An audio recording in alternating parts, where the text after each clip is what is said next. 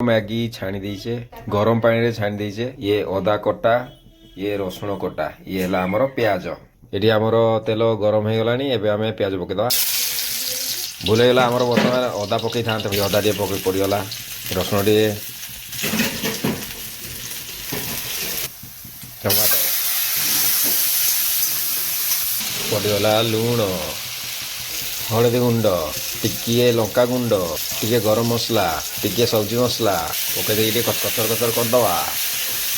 अल्प टिके पानी पकई कचर कचर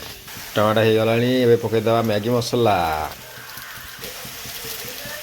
टमाटा पूरा रेडी एथरे ऐड करदवा बॉयल हेबा मैगी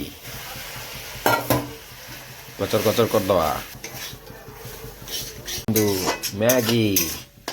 एमती कर खाइबे मस्त लगे या खाली धनिया पत्र टे पकईदेवे देखो आमर डेलीशियस मैगी एबे मु खाई सोची बाय बाय।